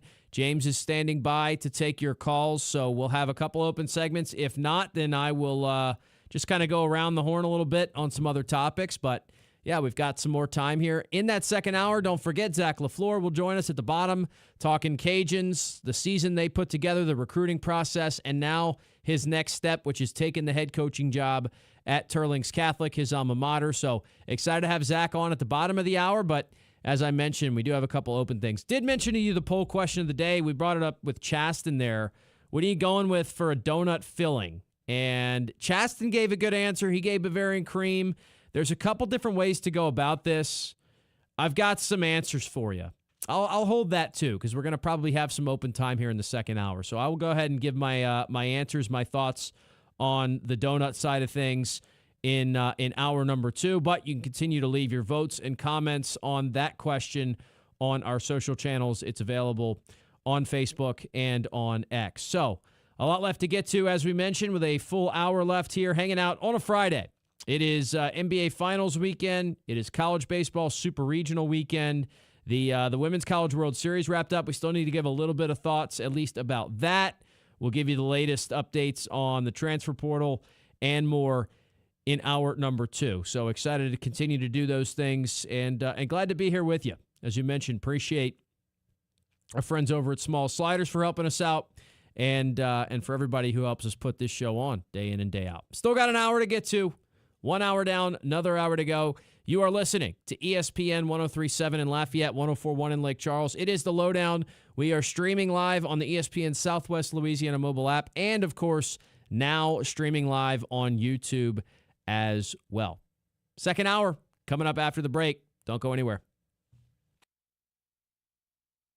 Before hitting the road, get hooked up at Match Trailers on Bertrand Drive. Everything you need from truck equipment, accessories, and trailer parts, Match Trailers has it. Match Trailers, 1849 Bertrand Drive in Lafayette, or give Matt a call at 235-7534. Hello, Acadiana. Cajun Carts is your #1 full-service dealer for new, used, and custom golf carts. Perfect for on the job site, the neighborhood, or even out on the green. We are the only authorized dealer of American-made E-Z-GO and Club Car here in Acadiana. For all your service, sales, and mechanical repairs, we got you. So don't wait. Roll on over to CajunCarts.com or stop by our Lafayette location by the Jockey Lot and see why we've been Louisiana's golf cart headquarters since 2003. Cajun Carts. Why walk when you can ride? MeTV is America's #1 classic entertainment television network. And here's one of the reasons everybody loves MeTV. Oh, it's a classic. The great comedy lineup on weeknights. This will be fun. Come on. With MASH. Loaded with snappy comebacks. The Andy Griffith Show. I was just funning with Barney. And Everybody Loves Raymond. Now we got a show. Watch MeTV Acadiana on KLWB, over the air on channel 50.1. Check your local cable listings for the channel in your area. Hi, I'm Nancy Landry. No matter what part of our great state you call home, Louisiana's elections are an important part of who we are. In 2026, closed party primaries will change how some of those elections happen, so you'll want to know what to do. Keeping your registration current ensures you'll get the right party-based ballot. Remember, this change only applies to certain offices. To learn more, visit govote.com or download the GoVote app. Paid for by the Louisiana Secretary of State's office. Delta Home Center and Delta Trailer Sales, your one-stop shop for utility and cargo trailers. Heavy-duty dump and gooseneck trailers, portable buildings, cabins, decks, porches, fences, carports, and site-built metal shops. Located at Exit 7 in Carencro or at deltatrailersales.com. Live from Upper Lafayette, this is ESPN 1037 KLWB Carencro Lafayette, KLCJ-FM Oak Grove Lake Charles 1041, a Delta Media station. Is SportsCenter. I'm Ed Benkin. Tonight it is Game 2 of the NBA Finals between the Spurs and Knicks from San Antonio. New York will look to take a 2-0 lead after grabbing a victory in Game 1 on Wednesday. As for the Spurs, Victor Wembanyama says being down 1-0 is just another playoff challenge Wembanyama and his teammates are faced with. Yes, it's very reassuring. We know we're not here by chance, We've been through some weird situations, whatever. And yes, it's reassuring to know that these guys, the 18 guys we got, are built this way and are resilient. Tonight's game can be heard on ESPN Radio. Our coverage gets underway at 7:30 Eastern, and the game can also be seen on ABC. In football news, Broncos linebacker Jonathan Cooper was arrested on domestic violence charges. Sources told ESPN the arrest came after an argument and physical confrontation between Cooper and his girlfriend over cell phones. The Bears Board of Directors has voted to advance their stadium development in Hammond, Indiana. The exact site still to be determined. This is the first time the Bears Board has voted on a new stadium site. Hey, it's Michelle Smallman, and coming up Monday, the biggest event in the world kicks off this week. The World Cup is finally here, and we'll get you ready for all of it on Unsportsmanlike, 6 a.m. Eastern, right here on ESPN Radio, ESPN2, and ESPNU.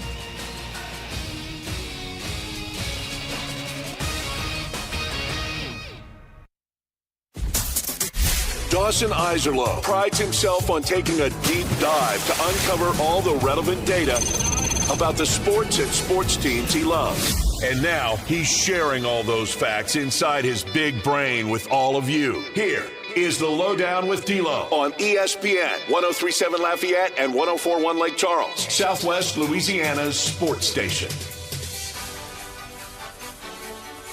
It is the LohDown, hour number 2 of 2 here on a Friday. Hanging out in the Beal and Hebert studios in Upper Lafayette. Dawson Iserloh, known as D-Loh, with you here. ESPN 1037 in Lafayette, 1041 in Lake Charles. We are, of course, streaming live on YouTube now. You can check us out, ESPN_SWLA on that channel. It is a Friday where we've got the college baseball super regionals just getting going. West Virginia just took the mound in the top half of the ninth. They lead Cal Poly 12-2. They're about to put the finishing touches on a Game 1 win. The Mountaineers will be one win away from their first ever trip to Omaha if they can close this ninth inning down without any monstrous heroic fireworks from Cal Poly. We got UNC and USC. That's the North Carolina Tar Heels and the Southern California Trojans about to get going in the second game of the Supers. That one's in Chapel Hill. That one is one that I have circled as one of the best series potentially of the entire weekend. The NBA Finals game number 2 tonight. San Antonio desperately trying to even this series up. If the Knicks win tonight, they'd be up 2-0 heading back home. The French Open, by the way, is going on. Alexander Zverev is going to move on. He beat Jakub Mensiak, 4th career major finals. Zverev has never won one. He's the 2 seed in that tournament. Don't get a ton of tennis talk on here, but I went ahead and fit it in there for you.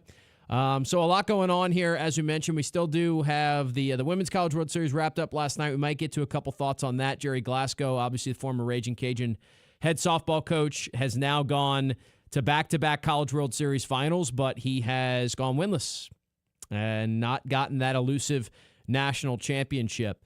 But before we do that, I do want to remind you, if you want to get in, if you've got thoughts, if you've got questions, anything like that on the ESPN hotline today, 337-706-0111.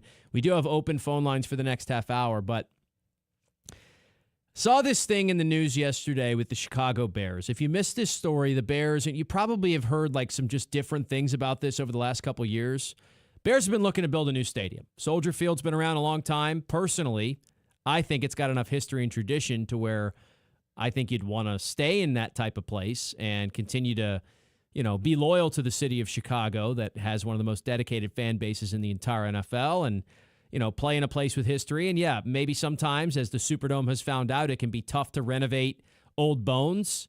But why not rebuild the stadium on the same site? Whatever. Regardless, they've been wanting to get out of there for a long time. I think the Bears have ideas of, being in their own spot and building up the area around, right? What's the popular new thing to do if you have the space to do it? You take a page out of the book of the Atlanta Braves. They went to Smyrna, Georgia, right outside Atlanta. They had space to build a stadium and then build an entire downtown shopping area right near it. And it's awesome. And I got to say, they pulled it off beautifully. It's a great place to go down there, get dinner, have a couple of drinks before the game, maybe hang out after a big win. It's awesome. And a lot of places are trying to do the same thing. So it seems like the Bears are looking at that as well. They've been looking and trying to find a new home for a long time now. And there's been all kinds of, obviously, as you can imagine, like political type things. And the state of Illinois wants the stadium, right? But then, they've talked about, there's tax implications. There's a billion different factors in this. And I don't know all of them. But the Chicago Bears Board of Directors met and voted to advance their stadium development project in, wait for it. Well, you're like, well, if it's not going to be in Chicago, maybe it'll be in like a city right outside Chicago, still in Illinois. No, how about Hammond, Indiana? That is right. The exact site has not even been selected yet, but they're going to go to Hammond, Indiana. They believe a world-class stadium project in Hammond will transform the region, connecting Northwest Indiana to the south side of Chicago through the loop and across neighborhoods and suburbs stretching north of the city. They say it will bring Chicagoland together and deliver new opportunities to its residents and businesses. This is like a 35, 40-minute drive from Chicago, if my math does me well. I am not super familiar with Chicago. I've been to Chicago like twice, and both times it was just to fly into the airport and then go elsewhere. But I might actually be going to Chicago at some point this summer. That's potentially in the list of plans. Now, you know who does play in Chicago? The Cubs and the White Sox. So might end up getting to check out a baseball game or two. That's neither here nor there. This is an interesting development, and I actually saw, some of you might be familiar with a guy named GFed on Twitter. I know James probably is. He knows who that is. Can I get a head nod? GFed, the guy who goes to all the stadiums, tries to stay super long. I can't remember his name, but it sounds familiar for sure. Well, if you saw him, you'd know him. Anyway, he does a lot. As I said, he goes to stadiums. He's done a lot of cool content at stadiums. And he put this out, and I think it's actually really, really fascinating.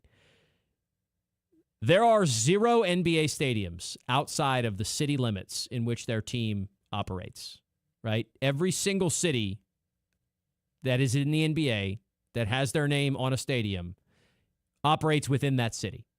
Like, the Oklahoma City Thunder don't play in some other city in Oklahoma. The New Orleans Pelicans don't play in Slidell. Major League Baseball has 2. And now he says 2. I was going to say my guesses were going to be the Braves and the Angels, although he did clarify and say the Angels count within the city since it was Anaheim and they switched the name to LA for branding. That's fair enough. So I guess it's somewhere else. So I would have to think about it, to think about the next team that doesn't operate in the city that they call home. Like the Mets are in Queens, so that still counts, and they're just the New York Mets. And Queens is part of New York City, right? As is the Bronx, where the Yankees play. So it's not one of those teams. Chicago's, the Texas Rangers, that one's broad. It's Texas, like Houston's in Houston. I don't know. I'd have to think about it a bit. But anyway, the point is, 2 MLB teams, 0 NBA teams that operate outside city limits. When the Bears get this done, this will be 9 out of the 30 NFL stadiums being outside of city limits. And I don't know if that's I'm not sitting here saying that's a bad thing, because as I've also mentioned in the past, for me, the NFL does a lot of things better than any other professional sports league.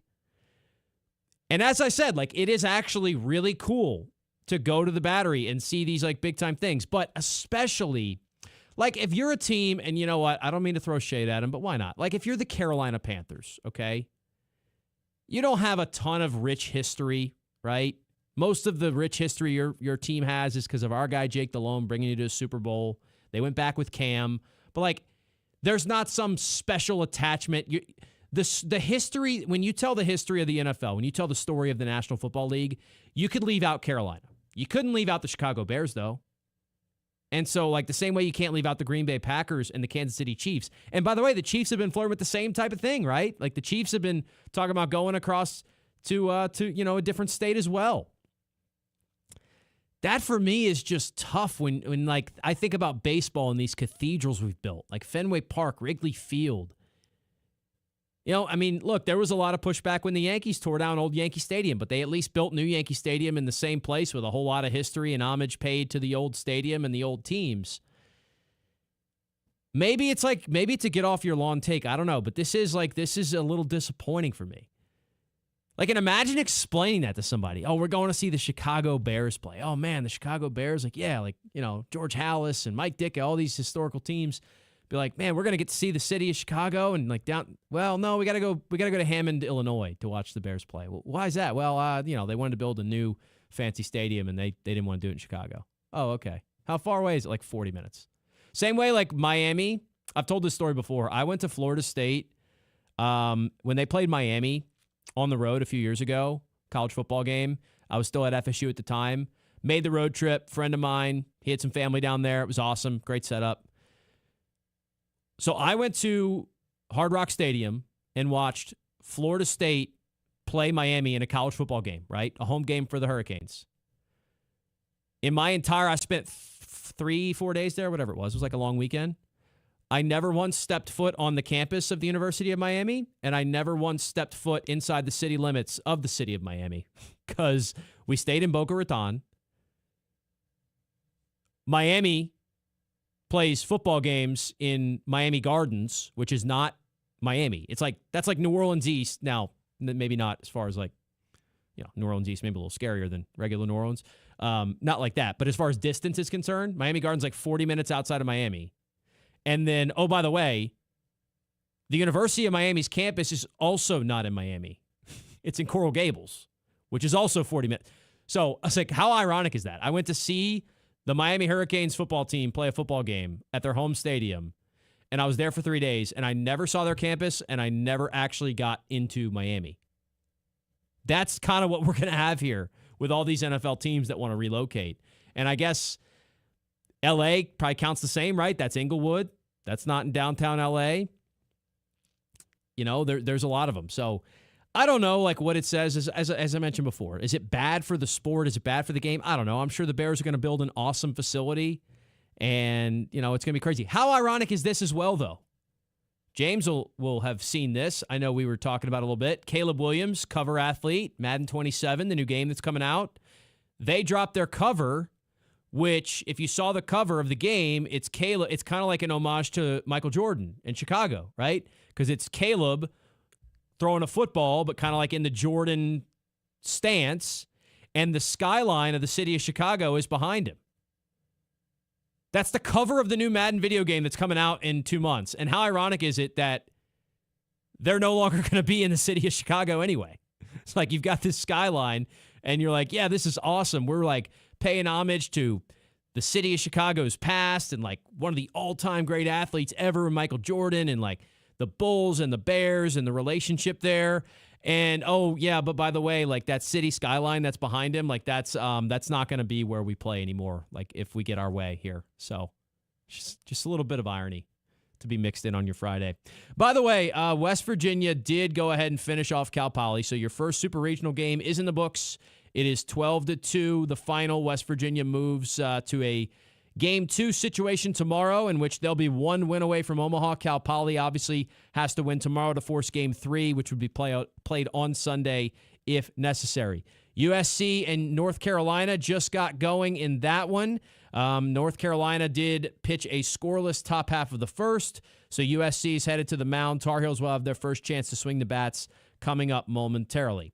For now, let's go ahead and take our first time out of the hour. When we return, we've got just some news to go through. LSU got some transfer portal commitments. LSU has the ACC-SEC Challenge dates set. UL has a couple more portal commitments. And the Women's College World Series went down last night. We'll kind of go through rapid fire on all those topics after this. You are listening to The LohDown. It's Friday. Stay tuned. This is The LohDown with D-Loh, live on ESPN 103.7 Lafayette and 104.1 Lake Charles, Southwest Louisiana's sports station. Delta Media Corp is hiring immediately for a media account executive. We've been telling you about this opportunity. If you're into fast-paced radio, television, and digital media, we're looking for a confident people person who enjoys building relationships with local businesses and helping them grow. Unlimited earning potential. Sales experience is preferred, but it's not required. So if you think you have what it takes, we'll teach, train, and support the right candidate. What matters most is confidence, communication skills, and the ability to connect with others. If you're ready to start a new career, we'd love to talk to you. Email our general manager, Jonette Cochran. Her email address is jcochran, that's spelled JCOCHRAN, at Delta Media Corp, just CORP at the end there, deltamediacorp.com. And we can start your new career today. Delta Media Corp is an equal opportunity employer.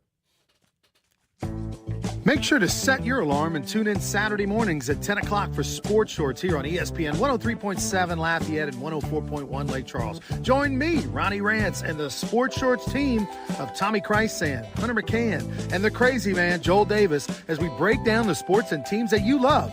The LSU Tigers, New Orleans Saints, and everything in between. Tune in Saturday mornings from 10 to noon for Sports Shorts here on Southwest Louisiana's sports station. Whether it's a tempting text message or a quick glance at your GPS, taking your eyes off the road for just a moment can have serious consequences. This includes turning around or reaching down. Distracted driving includes eating or putting on makeup. Distracted driving is anything that diverts your attention from driving. I'm Lorraine Luquette Vinoy with Service Chevrolet Cadillac, encouraging you to drive smart, drive safe, and keep those eyes on the road, Acadiana. This message is powered by Service Chevrolet Cadillac and this radio station, where safety meets style on the road. Black's Outdoor and Marine is Acadiana's Spartan Mower headquarters. Spartan Mowers delivering more mowing power and performance. Black's has commercial and residential Spartan mowers with Kawasaki motors in stock now and ready to cut. Black's also has parts, service, and financing available. Call 337-233-4272. That's 337-233-4272 or stop by 1423 Northwest Evangeline Thruway in Lafayette. Black's Outdoor and Marine serving Acadiana since 1968. Your Honor, I would like to introduce exhibit number 1. MeTV is America's #1 classic television network. There can only be one number 1, me. MeTV features over 60 of the greatest classic TV series each week. Go with the winner. Enjoy dramas, comedies, westerns, sci-fi, and more. You just watch me. Watch MeTV Acadiana on KLWB, over the air on channel 50.1. Check your local cable listings for the channel in your area. MeTV is memorable entertainment television. Hi, I'm Nancy Landry. No matter what part of our great state you call home, Louisiana's elections are an important part of who we are. In 2026, closed party primaries will change how some of those elections happen, so you'll want to know what to do. Keeping your registration current ensures you'll get the right party-based ballot. Remember, this change only applies to certain offices. To learn more, visit govote.com or download the GoVote app. Paid for by the Louisiana Secretary of State's office. School sports are played by humans, coached by humans, and officiated by humans. So the next time you're sitting in the stands at a school athletic event, please remember this and maintain your humanity, especially when it comes to judging and critiquing athletes, coaches, and officials. Please show your fellow humans some respect. They'll appreciate your empathy. This message presented by the LHSAA and the Louisiana High School Athletic Directors Association.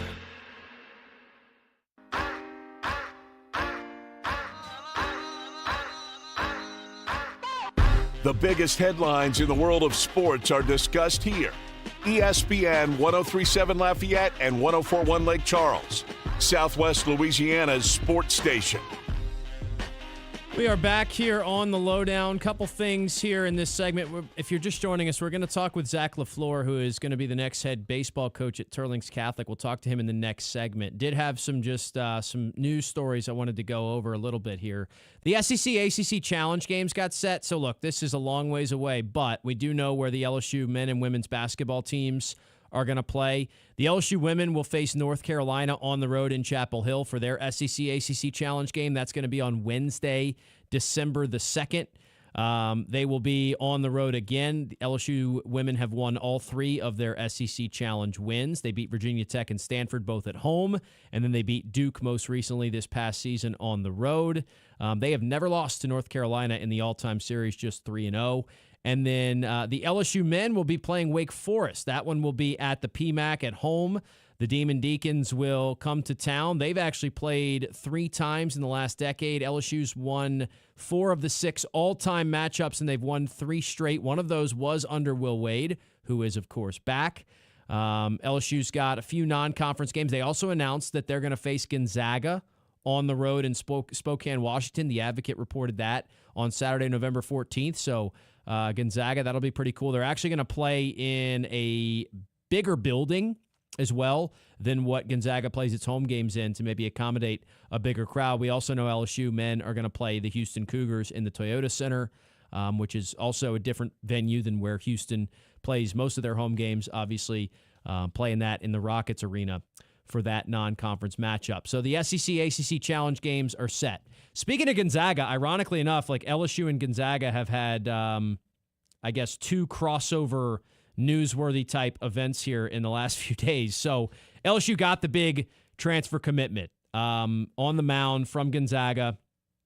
This was a big one. Landon Hood, West Coast Conference Freshman of the Year, 2.48 ERA, 12.9 strikeouts per 9 innings. Kendall Rogers was first on that. Koki Riley also had some of those stats for us. This is a guy who was really highly touted. This one seems like a plug-and-play, makes a ton of sense. Still looking at Brody Trosclair that we mentioned. Trosclair visited Florida on Thursday, still has visits to Tennessee, Auburn, and Ole Miss, so he's just going ahead and taking the SEC tour here on his transfer portal visits, but LSU's still heavily in the mix there. Then the other addition, and look, I know a little bit more about this situation just because of being in the Sun Belt Conference. They added Dawson Park out of Texas State. Got a great first name, but Park played for Texas State last year. He's a really good player. All-conference level shortstop. Awesome defensively. Can really swing the bat as well. There was some stuff that went down, and you might remember this. Remember after Texas State beat UL, like they were red hot, and then all of a sudden they started playing really poorly, and there was like, yeah, there's some stuff going on there. They had some off-the-field altercations. There was rumors. I don't know the exact confirmed story, but Park and some teammates got into it a little bit, and it was not a pretty situation. And he left the team.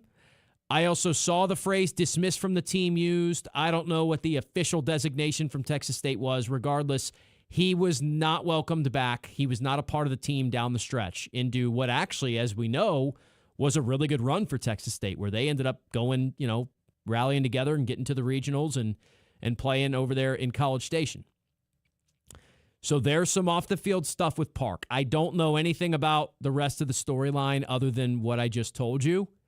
And apparently, Jay Johnson, LSU, did their homework on it, and they felt comfortable enough to do it, so they add him to the mix. But that is one that's going to be a little controversial, and if you're seeing some question marks be raised, that's likely what they're about. Park as a player, no doubt. Like, the kid can play. I've seen him play a lot at Texas State, and he's awesome. He can pick it at short, and he can really swing it. He's got some gap-to-gap power. Not really a home run hitter, but a doubles hitter for sure, and he can jump the yard on you as well. But there are certainly some off-the-field things to keep note of, and so that's part of the story with what you're going to hear, right, when you hear about that player. As for UL, I said they had one more addition to make, so I've already been trying to keep you up to date on the additions they've made at both the junior college ranks, and now they've got another. This is interesting. They added a second consecutive Marshall pitcher in consecutive days. And you might go, hey, why is that? Well, Taylor Sandifer, Cajuns pitching coach, just completed his first season. Really good results. They like what Coach Sandy can do for him. He was the pitching coach at Marshall, so he has a relationship with these guys.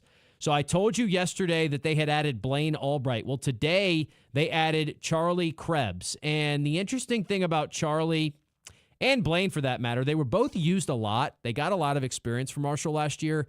Neither one of them had great seasons. They both had ERAs around 5. I think Krebs's was a little better than Albright's, but Krebs did have 3 saves. He was used out of the bullpen exclusively. So he has some experience being like a back-end reliever, has some experience pitching multiple innings in outings. I think he threw about 40 innings over 25-ish outings last year. But this is another guy that clearly Coach Sandifer already had a book on, already felt pretty good about. And I also think, keep in mind, who are these players replacing? Well, there's a chance they're replacing Calvin Alfonso, Will Taylor, the 2 guys who just left in the transfer portal that didn't pitch a whole lot for UL. And these guys, I think, have much, they have obviously a lot more experience. They have more game reps. They've been there, done that a little more than Alfonso and Taylor have. I don't know if these guys are going to be like major factors in your weekend rotation or in the back end of your bullpen next year, but it's pretty relieving, I think, to add two legitimate major college, D1 college baseball experienced arms, because that can be hard to come by, especially ones that you trust. And with Sandifer knowing these guys, the relationships are already at least baseline, they're established, and these players will be added to the mix. So that's all I have on that.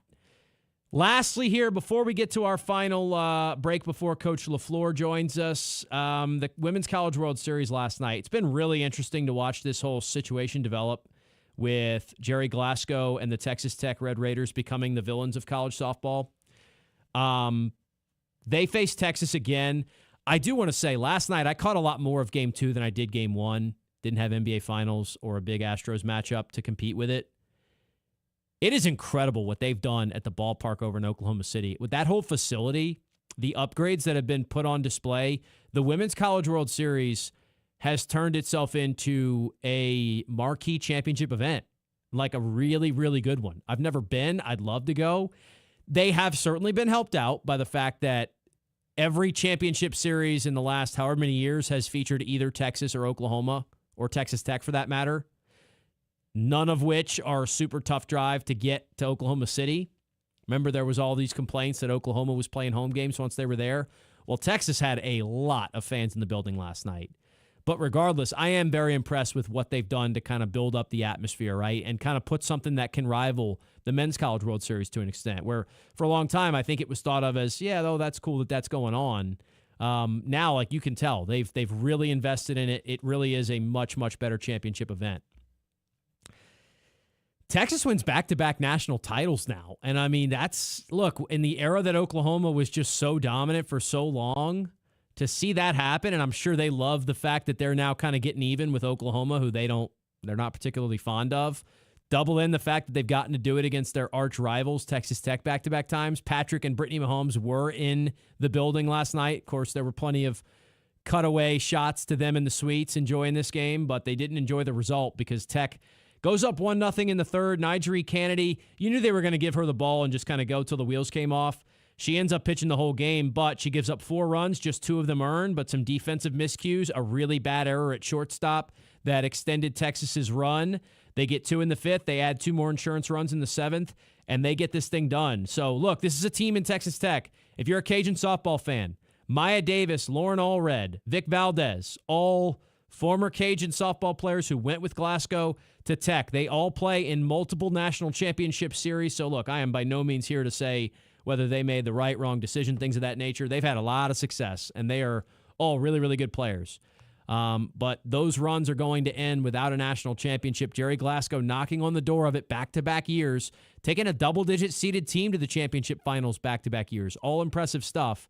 But it'll be really interesting to see how he can keep this going now without his $1 million pitcher, Nigeri Kennedy's career coming to a close. So Texas is the Women's College World Series champions yet again. All right, we'll take a timeout. Zach LaFleur joins us. We'll talk Cajuns baseball. We'll talk Turling's Catholic baseball after the break. This is the LohDown with D-Loh, live on ESPN 103.7 Lafayette and 104.1 Lake Charles, Southwest Louisiana's sports station. This game isn't fun. This game is a war. It's time for the 2-minute drill. Hurry it up, hurry it up, hurry it up. Powered by B1 Bank. Visit b1bank.com to find a location near you. Come on, let's go, you guys. Get in here, we gotta go fast now.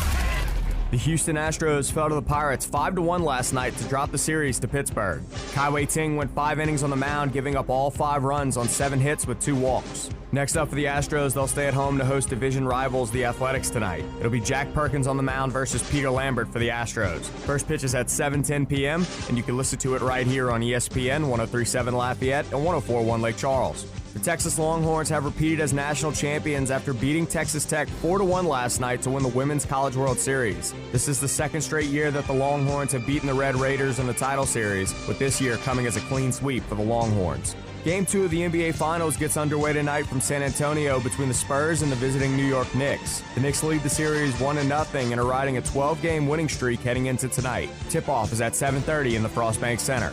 The Carolina Hurricanes rallied back from a 2-goal deficit to beat the Vegas Golden Knights 4-3 and even up the series in the Stanley Cup Finals. Game 3 of the series will head to Vegas and will take place this Saturday night at 7 p.m. The Super Regional round of the college baseball tournament begins today with 4 host sites starting play. In Morgantown, the West Virginia Mountaineers host Cal Poly at 11 a.m. Then in Chapel Hill, North Carolina faces USC at 2 p.m. Following that, Troy will host Arkansas Little Rock at 4 p.m. And rounding out the day, Auburn welcomes in Ole Miss at 7 p.m. I'm Blake Persher, and you're listening to ESPN 103.7 Lafayette and 104.1 Lake Charles. Your home for the LSU Tigers and the Houston Astros. The 2-minute drill has been powered by B1 Bank. Visit b1bank.com to find a location near you.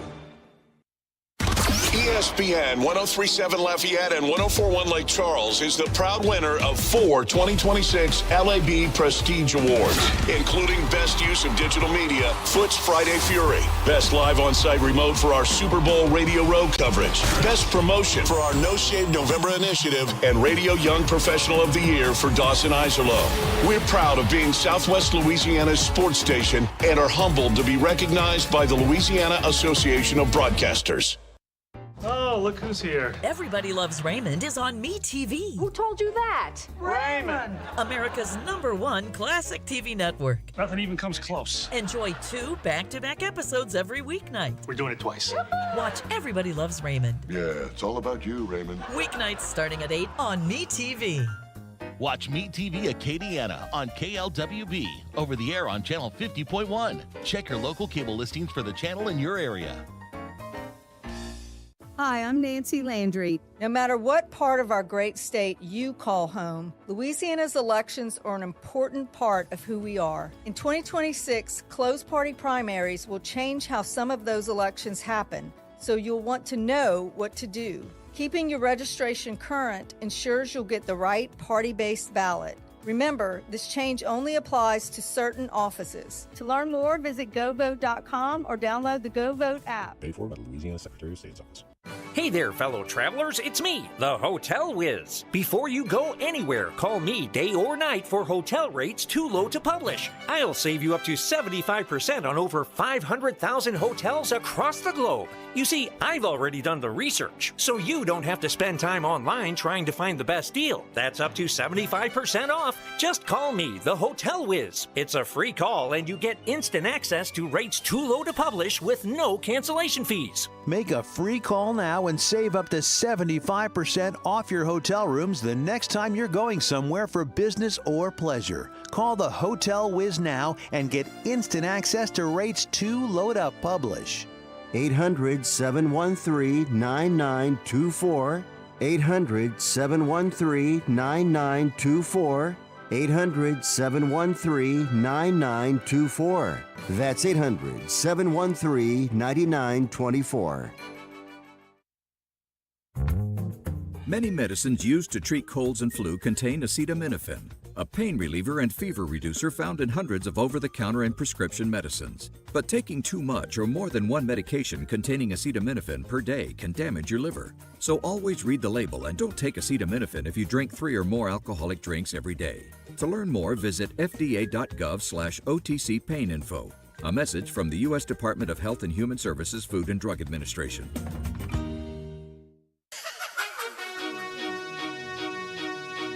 This is ESPN 103.7 Lafayette and 104.1 Lake Charles, broadcasting live from the Beal and Hebert studios in Upper Lafayette.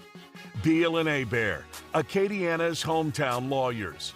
Back to more of Southwest Louisiana's sports station. We return here on a Friday edition of the LohDown. Our last guest of the day and last guest of the week, for that matter, is Zach LaFleur. He was an assistant coach with the Ragin' Cajun baseball program this past year. He is now set to take the Turlings Catholic head baseball job, and we're going to talk with Zach about his time with the Cajuns and what's ahead for him. First off, man, thank you for doing this. Absolutely. Glad to be here. So, for those who don't know, Zach LaFleur also played for the Cajuns under Coach Robichaux and finished his career up in the 2017-18 season. So, Zach, I want to start there, man. What was it like? Obviously, a local kid. You played at LSUE. You get a chance to transfer to the Cajuns. What was that experience like for you? Oh, it was a dream come true, honestly. I had some talks with Coach Deggs when he was the recruiting coordinator at UL when I was in high school, and just with some injuries and stuff, the best path for me was to go junior college of baseball. And 2 unbelievable years at LSU Eunice. We won a national championship there. I had some great coaches get me a lot better and give me an opportunity to come to UL, which is exactly where I wanted to be. And it was a great time, too, for me. I was really lucky. Just the 2017 season was my first year right when they opened the new stadium, so I got to play the first 2 years in that stadium. So it was really good experience and, started my transition into the coaching world. Yeah, and tell me about coming back to UL as a graduate assistant and kind of how that came to be and what that opportunity entailed initially. So originally, I had 1 year left to finish some classes, so I just was volunteer coaching at Carencro High School, running their offense over there. And, I had a good idea that I wanted to be a coach, but you never know what you really want to do until you get into it. And I had an unbelievable first year coaching, so much fun. And so I went back and I talked to Coach Robe about coming on his staff and being a volunteer assistant, and he took me on, and, tragically just a few weeks later he ended up passing. So that was I wasn't sure what was going to happen the next year, but once they hired Coach Deggs, we had a previous relationship a bit from him recruiting me, like I said, and he took me on, and, it was better part of 6-7 years working for Coach at UL, and it was some great years. Lucky enough to win championships there. Played and coached with some great coaches and had a lot of great players there, and it was an unbelievable experience. And so this past year as an assistant, but also recruiting coordinator, Zach, talk to me about this class of freshmen that came in. And like we hear at different years, how maybe this freshman class has a few impact makers and all this stuff. But this season was it was unbelievable to watch what Colt Brown, Blaze Rodriguez, Noah Lewis, Sawyer Pruitt, all those guys did. And I know obviously you had a big hand in getting a lot of them to campus. What was it like to see them have so much success so early? Yeah, man, it was really exciting. Obviously, you hear a lot of people talk about now how old college baseball is. And it really is. The average age, is anywhere from 19 to 21 years old, with some guys being older, especially with guys getting it. So it can be a risk sometimes taking a bunch of young kids. But we were really confident in their ability with the programs they came from and the makeup they had, and they came in and they were fearless and did an unbelievable job. And I think you saw kind of how our season transpired. There were some ups and downs, much like a freshman year, and that wasn't all on them, but those guys really took off in the second half of the year just with a little bit of experience under their belts, and you saw how talented they were, and they just were playing with confidence, doing things the right way, and I expect that going forward, too. You're just going to see those guys keep getting better and better, along with a lot of youth on the team in general, though. I think the freshmen get talked about a lot because they were so unbelievable, but there was a lot of guys still on the team that were young, getting their really first year to do it. Spolita had never played before. Donovan LaSalle just had a couple years playing. It was Drew Markle's first full year without injury that he got to play. So it was a group that just got better as the season went on, as they started getting experience. Amity was really the only guy, with Mandino a little bit, that had got a full college baseball season. Lee, specifically, a lot more of experience playing, So it was a young group at all, and they did a great job. And what does it say about what that program is building right now? And I know it's obviously got to be bittersweet for you to be leaving it at this time, and we'll talk about that in a bit. But to see all those guys committing right back to running it back in a day and age where you finish a season, no matter how good you are, and you go, I hope we can get a lot of these guys back in the fold. How cool has it been to see them all kind of commit back to the program right away? Yeah, I just think it speaks to our culture and our coaching staff and how great of a place it is to be. I mean, you're not going to find a better place to play baseball, a better staff, or, like I said, a culture. And I think it speaks to that right there. And we've seen that in years past. It's always scary with the transfer portal, but all of our best players have stayed here and finished as Cajuns just because they know what it's about. DeBarge stayed here. He could have gone other places, Roccaforte, you name it. Keep going down the list. Julian Brock, all those guys had opportunities to leave, and I think these young guys are seeing, hey, we have a bunch of guys playing professionally right now. Hayden Cantrell, that's another one, Turling's grad too, that have stayed at UL the whole time. There's no reason to take another route. We can get at-large bid at UL. You play in front of huge crowds. You got a chance to get to Omaha. Well, what else are you looking for, really? Zach LaFleur is our guest. We are talking to him here on the LohDown. One more about this Cajuns team before we start to transition the conversation, Zach. What was the conversation like when Matt Deggs went to you and said he was done coaching third for a while? He's going to send you out there. How'd that come to be? It was pretty quick. Dawson is not, I don't think it was too big of a deal, really. We've bounced back and forth before. I've coached third base in a regional with him before in 23, just depending on the scores. I think the biggest deal was that, as a head coach, you wear a lot of hats, and there's a lot of in-game adjustments and, changes you have to make, and especially on the pitching side of things and even just pinch hitters and things like that. And we just were in the first base dugout, so he was like, Zach, why don't you just go out there to third base? And he had full confidence in me to do it, and, the offense was rolling, so we didn't change anything. You now get this opportunity to take over a place that you played at, the high school ranks at Turlings. Why was now the right time, Zach? Man, I don't know. I guess just the timing worked out great. They were looking for a new head coach. I had been, at UL for the better part of a decade, and I've always wanted to be a head coach. And you don't get a lot of opportunities when programs are looking for new head coaches. Sometimes those roles are filled really quick, and they reached out to me. And the only thing that was holding me back was deciding to leave UL specifically, just because I love that place so much and the guys and the coaches. But knowing that I wanted to be a head coach and run my own program, what better place to come back to than Turlings, Yeah, and I'm fascinated too, Zach, because, and I'm sure you might even get teased about this in the coaching profession and some of the guys like this is an industry where people have to jump around, move to 5 different states across 7 years and grind their way through. Your coaching career now has led you back to 2 places that you already cared about a lot, that you're from. How cool is it that you go from UL right back to Turlings and don't have to leave home? Yeah, super lucky, right? It's crazy. I was fully expecting when I was at UL finishing up as a GA that I was going to have to pack my bags and go somewhere. Got lucky enough that there's a position open there.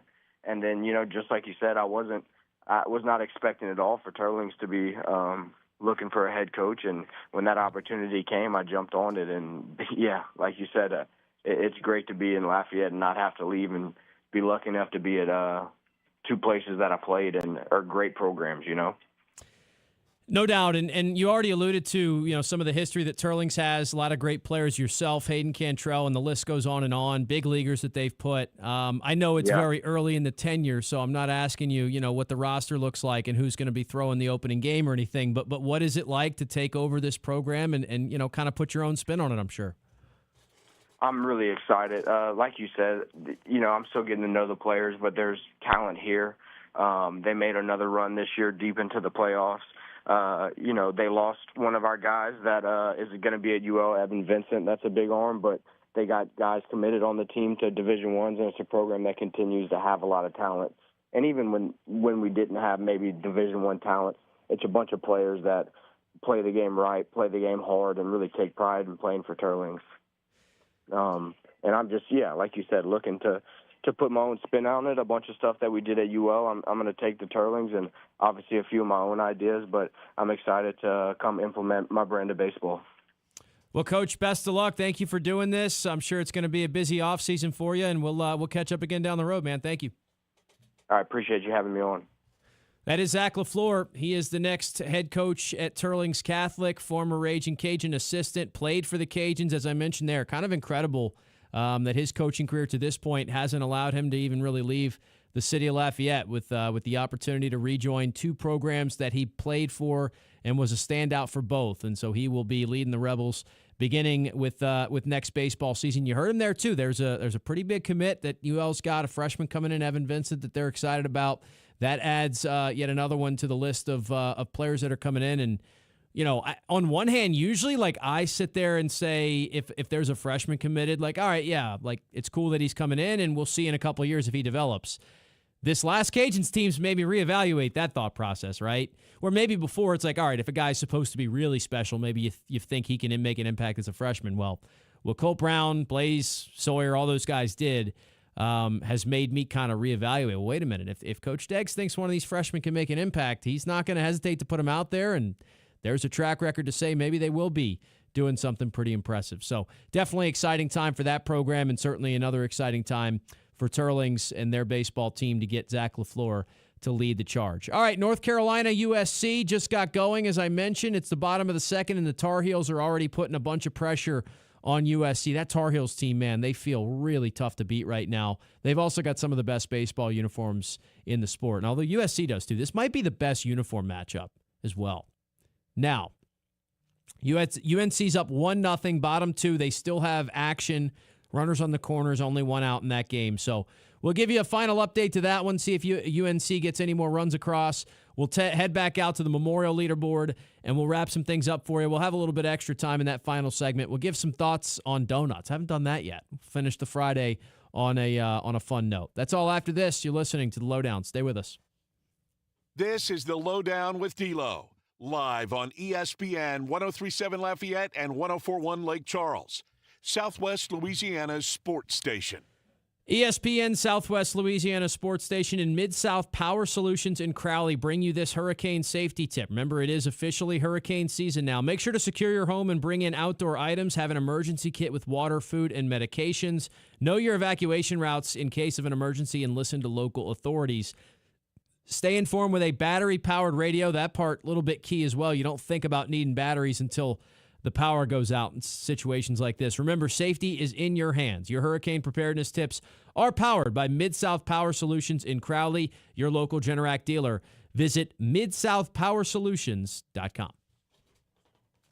ESPN 103.7 Lafayette and 104.1 Lake Charles is your home for the Houston Astros. And the Astros stun the Mariners. Hunter Brown, Yordan Alvarez, and the rest of the Astros are looking to get back to the postseason. You can listen to every pitch, hit, and thrilling victory of the Houston Astros. Incredible! As Robert Ford and Steve Sparks will be on the call. Tune in this season for live Astros baseball on Southwest Louisiana's sports station.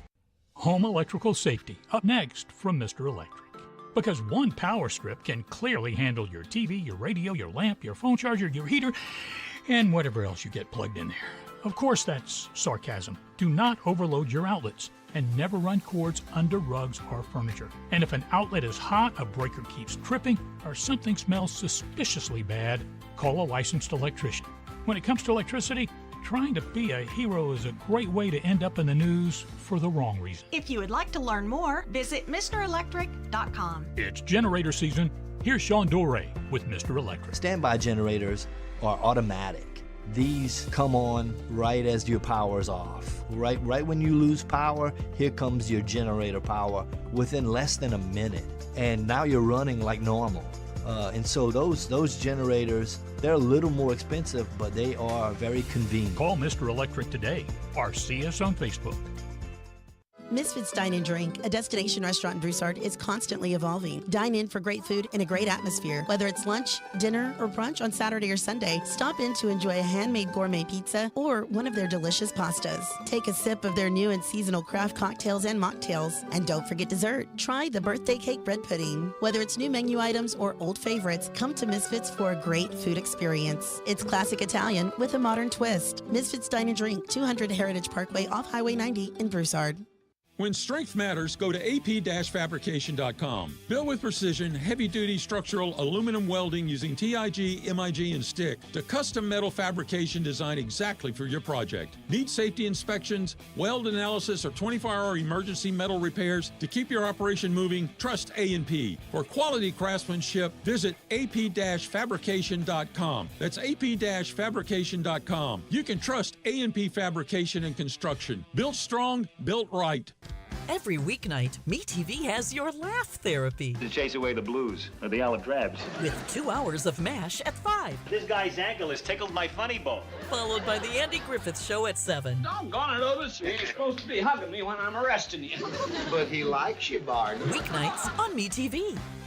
Watch Meet TV Acadiana on KLWB, over the air on Channel 50.1. Check your local cable listings for the channel in your area.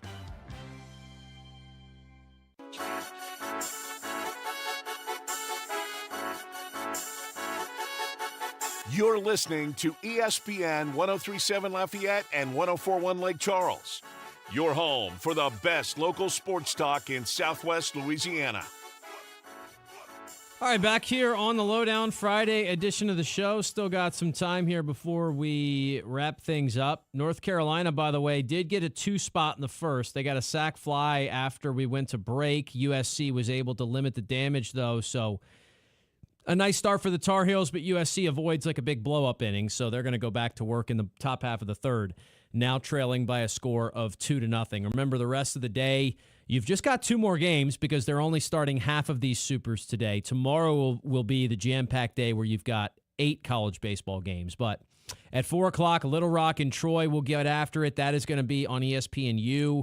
And then at 7 o'clock tonight, the primetime matchup, Auburn hosting Ole Miss. That game starts at 7 o'clock on both. It says ESPN/ESPN2, so I guess they're leaving it open. You know what I'm actually going to assume? I think that's because they were leaving that in case the Women's College World Series had a Game 3. Since there's not a Game 3, I am pretty confident that Ole Miss and Auburn is going to be played on ESPN. Anyways, with all that being said, good start to the Supers.